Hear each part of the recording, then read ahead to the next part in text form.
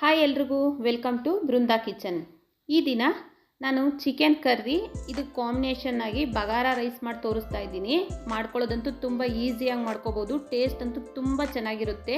ಈ ರೆಸಿಪಿ ಮಾಡೋದು ಹೇಗೆ ಅಂತ ಈ ವಿಡಿಯೋದಲ್ಲಿ ನೋಡೋಣ. ಮೊದಲು ಈ ಚಿಕನ್ ಕರ್ರಿ ಮಾಡ್ಕೊಳ್ಳೋದಕ್ಕೆ ನಾನಿಲ್ಲಿ ಅರ್ಧ kg ಚಿಕನ್ ತಗೊಂಡು ಕ್ಲೀನಾಗಿ ತೊಳೆದು ಒಂದು ಬೌಲಲ್ಲಿ ತೊಗೊಂಡಿದ್ದೀನಿ. ಇದರಲ್ಲಿ ಒಂದು 1/4 ಸ್ಪೂನಷ್ಟು ಅರಿಶಿನ, 1 ಸ್ಪೂನ್ ಖಾರದ ಪುಡಿ, 1 ಸ್ಪೂನ್ ಉಪ್ಪು, 1 ಸ್ಪೂನಷ್ಟು ಆಯಿಲು, ಅರ್ಧ ನಿಂಬೆ ಹಣ್ಣನ್ನು ಇದರಲ್ಲಿ ಹಿಂಡ್ಕೊಂಡು ಈ ಉಪ್ಪು ಖಾರ ಚೆನ್ನಾಗಿ ಚಿಕನ್ ಪೀಸ್ಗೆ ಹಿಡಿಯೋ ಥರ ಚೆನ್ನಾಗಿ ಮಿಕ್ಸ್ ಮಾಡ್ಕೋಬೇಕು. ಮಿಕ್ಸ್ ಮಾಡಿಕೊಂಡು ಈ ಚಿಕನ್ನ ಒಂದು ಅರ್ಧ ಗಂಟೆ ಮ್ಯಾರಿನೇಟ್ ಮಾಡ್ಕೋಬೇಕು. ಅದರಿಂದ ನಾನು ಚೆನ್ನಾಗಿ ಮಿಕ್ಸ್ ಮಾಡಿ ಇದ್ರ ಮೇಲೊಂದು ಪ್ಲೇಟ್ ಮುಚ್ಚಿಬಿಟ್ಟು ಒಂದು ಅರ್ಧ ಗಂಟೆ ಫ್ರಿಡ್ಜಲ್ಲಿ ಇಡ್ತಾ ಇದ್ದೀನಿ. ಫ್ರಿಡ್ಜಲ್ಲಿ ಇಡೋದ್ರಿಂದ ಈ ಚಿಕನ್ ತಿನ್ನುವಾಗ ಜ್ಯೂಸಿಯಾಗಿ ತುಂಬ ಚೆನ್ನಾಗಿರುತ್ತೆ. ಈಗ ಚಿಕನ್ ಸೈಡ್ಗೆ ಇಟ್ಬಿಟ್ಟು ಆ ಚಿಕನ್ ನೆನ್ಕೊಳ್ಳೋಷ್ಟರಲ್ಲಿ ನಾವು ಬಗಾರ ರೈಸ್ನ ರೆಡಿ ಮಾಡ್ಕೊಳ್ಳೋಣ. ಸ್ಟವ್ ಆನ್ ಮಾಡಿಕೊಂಡು ಒಂದು ಕುಕ್ಕರ್ ಇಟ್ಟು ಅದರಲ್ಲಿ ಒಂದು 2.5 ಸ್ಪೂನಷ್ಟು ಆಯಿಲ್ ಹಾಕ್ಕೋಬೇಕು.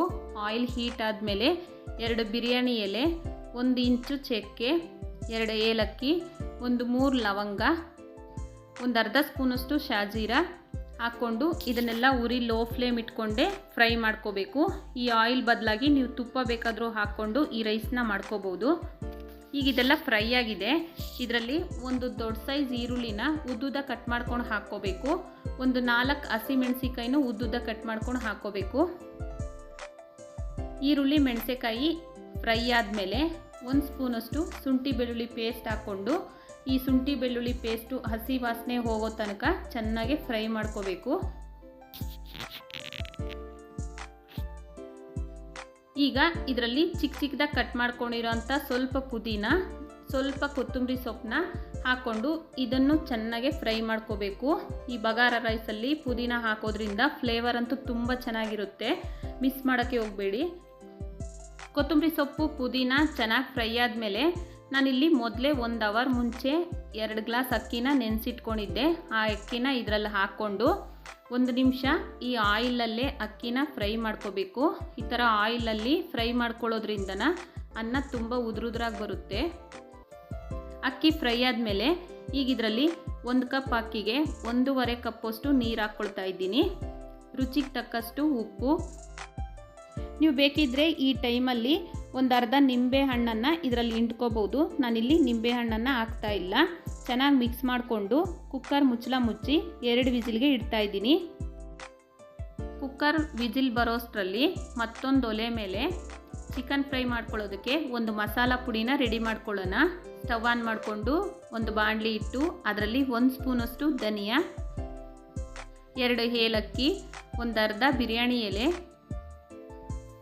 ಸ್ವಲ್ಪ ಚಕ್ಕೆ, ಒಂದು 3-4 ಲವಂಗ, ಒಂದು ಅರ್ಧ ಸ್ಪೂನಷ್ಟು ಜೀರಿಗೆ, ಒಂದು 10-15 ಕಾಳುಮೆಣಸು, ಸ್ವಲ್ಪ ಕಲ್ಲುವ್ವ, ಒಂದು ಸ್ಟಾರ್ ಮೊಗ್ಗು, ಒಂದು 6-7 ಗೋಡಂಬಿ ಹಾಕ್ಕೊಂಡು ಊರಿನ ಲೋ ಫ್ಲೇಮ್ ಇಟ್ಕೊಂಡೆ ಇದನ್ನೆಲ್ಲ ಚೆನ್ನಾಗಿ ಫ್ರೈ ಮಾಡ್ಕೋಬೇಕು. ಫ್ರೈ ಆದಮೇಲೆ ಇದನ್ನು ಸ್ವಲ್ಪ ತಣ್ಣಗೆ ಮಾಡಿಕೊಂಡು ಒಂದು ಮಿಕ್ಸಿ ಜಾರಲ್ಲಿ ಹಾಕಿ ನೀರು ಹಾಕ್ದೇ ಇದನ್ನು ಪುಡಿ ಮಾಡ್ಕೋಬೇಕು. ನೀವು ಬೇಕಂದರೆ ಈ ಮಸಾಲೆ ಎಲ್ಲ ಸ್ವಲ್ಪ ಕ್ವಾಂಟಿಟಿ ಜಾಸ್ತಿ ತೊಗೊಂಡು ಈ ಥರ ಪುಡಿ ಮಾಡಿಕೊಂಡು ಸ್ಟೋರ್ ಮಾಡಿಕೊಂಡ್ರೆ ಬೇರೆ ಕರ್ರಿಗಳಿಗೆಲ್ಲ ಯೂಸ್ ಮಾಡ್ಕೋಬೋದು. 4 ತಿಂಗಳವರೆಗೂ ಸ್ಟೋರ್ ಆಗಿರುತ್ತೆ. ನೋಡಿ, ಈಗ ಕುಕ್ಕರ್ ಕೂಡ ವಿಜಿಲ್ ಬಂದಿದೆ. ಕುಕ್ಕರ್ 2 ವಿಜಿಲ್ ಬಂದು 5 ನಿಮಿಷ ಆದಮೇಲೆ ಕುಕ್ಕರ್ನ ಓಪನ್ ಮಾಡಿ ನೋಡಿಸ್ತಾ ಇದ್ದೀನಿ. ನೋಡಿ, ಅನ್ನ ಎಷ್ಟು ಉದುರಾಗಿ ಬಂದಿದೆ ಅಂತ. ಸ್ವಲ್ಪ ಕೂಡ ತಳ ಅಂಟಿಲ್ಲ. ಈಗ ಬಗಾರ ರೈಸು ರೆಡಿಯಾಗಿದೆ. ಇದನ್ನು ಸೈಡ್ಗೆ ಇಟ್ಬಿಟ್ಟು ನಾವು ಚಿಕನ್ ಕರ್ರಿ ಮಾಡ್ಕೊಳ್ಳೋಣ. ಸ್ಟವ್ ಮೇಲೆ ಒಂದು ಬಾಣಲಿ ಇಟ್ಟು ಅದರಲ್ಲಿ ದೊಡ್ಡ ಸ್ಪೂನಲ್ಲಿ ಒಂದು 2.5 ಸ್ಪೂನಷ್ಟು ಆಯಿಲ್ ಹಾಕ್ಕೋಬೇಕು. ಆಯಿಲ್ ಹೀಟ್ ಆದಮೇಲೆ ಒಂದು 2 ಈರುಳ್ಳಿನ ಚಿಕ್ಕದಾಗಿ ಕಟ್ ಮಾಡ್ಕೊಂಡು ಹಾಕ್ಕೊಂಡು ಈರುಳ್ಳಿನ ಚೆನ್ನಾಗಿ ಫ್ರೈ ಮಾಡ್ಕೋಬೇಕು. ಲೈಟಾಗಿ ಬ್ರೌನ್ ಕಲರ್ ಬರೋ ಗಂಟ ಫ್ರೈ ಮಾಡ್ಕೋಬೇಕು. ಈಗ ಇದರಲ್ಲಿ 1 ಸ್ಪೂನಷ್ಟು ಶುಂಠಿ ಬೆಳ್ಳುಳ್ಳಿ ಪೇಸ್ಟ್ ಹಾಕ್ಕೊಂಡು ಚೆನ್ನಾಗಿ ಫ್ರೈ ಮಾಡ್ಕೋಬೇಕು. ಈಗ ಶುಂಠಿ ಬೆಳ್ಳುಳ್ಳಿ ಪೇಸ್ಟು ಫ್ರೈ ಆಗಿದೆ. ಇದರಲ್ಲಿ ಒಂದು ಟೊಮೊಟೊನ ಮೆತ್ತಗೆ ಗ್ರೈಂಡ್ ಮಾಡಿಕೊಂಡು ಇದರಲ್ಲಿ ಹಾಕ್ಕೊಳ್ತಾ ಇದ್ದೀನಿ. ಈಗ ಈ ಟೊಮೊಟೊ ಎಲ್ಲ ಚೆನ್ನಾಗಿ ಫ್ರೈ ಆಗಿ ಆಯಿಲ್ ಮೇಲೆ ಬರೋ ಗಂಟ ನಾವು ಇದನ್ನು ಫ್ರೈ ಮಾಡ್ಕೋಬೇಕು. ನೋಡಿ ಈಗ ಟೊಮೊಟೊ ಎಲ್ಲ ಚೆನ್ನಾಗಿ ಫ್ರೈ ಆಗಿದೆ. ಇದರಲ್ಲಿ ಚಿಕನ್ ಹಾಕ್ಕೊಳ್ಳೋಣ.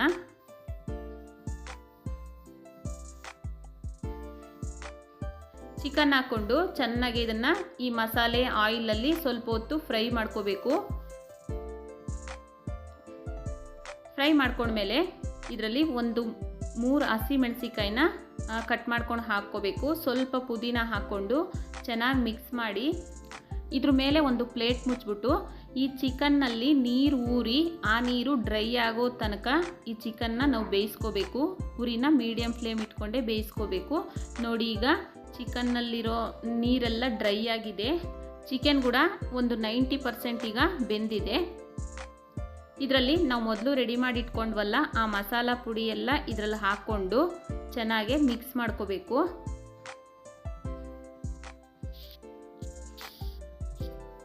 ಈ ಪೌಡರ್ನೆಲ್ಲ ಚೆನ್ನಾಗಿ ಮಿಕ್ಸ್ ಮಾಡ್ಕೊಂಡ್ಮೇಲೆ ಈಗ ಇದ್ರ ಮೇಲೆ ಕ್ಲೋಸ್ ಮಾಡಿಬಿಟ್ಟು 1-2 ನಿಮಿಷ ಈ ಮಸಾಲೆ ಎಲ್ಲ ಈ ಚಿಕನ್ ಪೀಸ್ಗೆ ಹಿಡಿಯೋ ಥರ 1-2 ನಿಮಿಷ ಇದನ್ನು ಬೇಯಿಸ್ಕೊಳ್ಳೋಣ.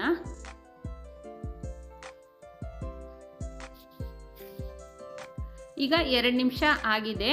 ಮತ್ತೊಂದು ಸರಿ ಇದನ್ನು ಮಿಕ್ಸ್ ಮಾಡಿಕೊಂಡು ಈಗ ಗ್ರೇವಿಗೆ ನಾನಿಲ್ಲಿ ಅರ್ಧ ಕಪ್ಪಷ್ಟು ನೀರು ಹಾಕ್ಕೊಳ್ತಾ ಇದ್ದೀನಿ.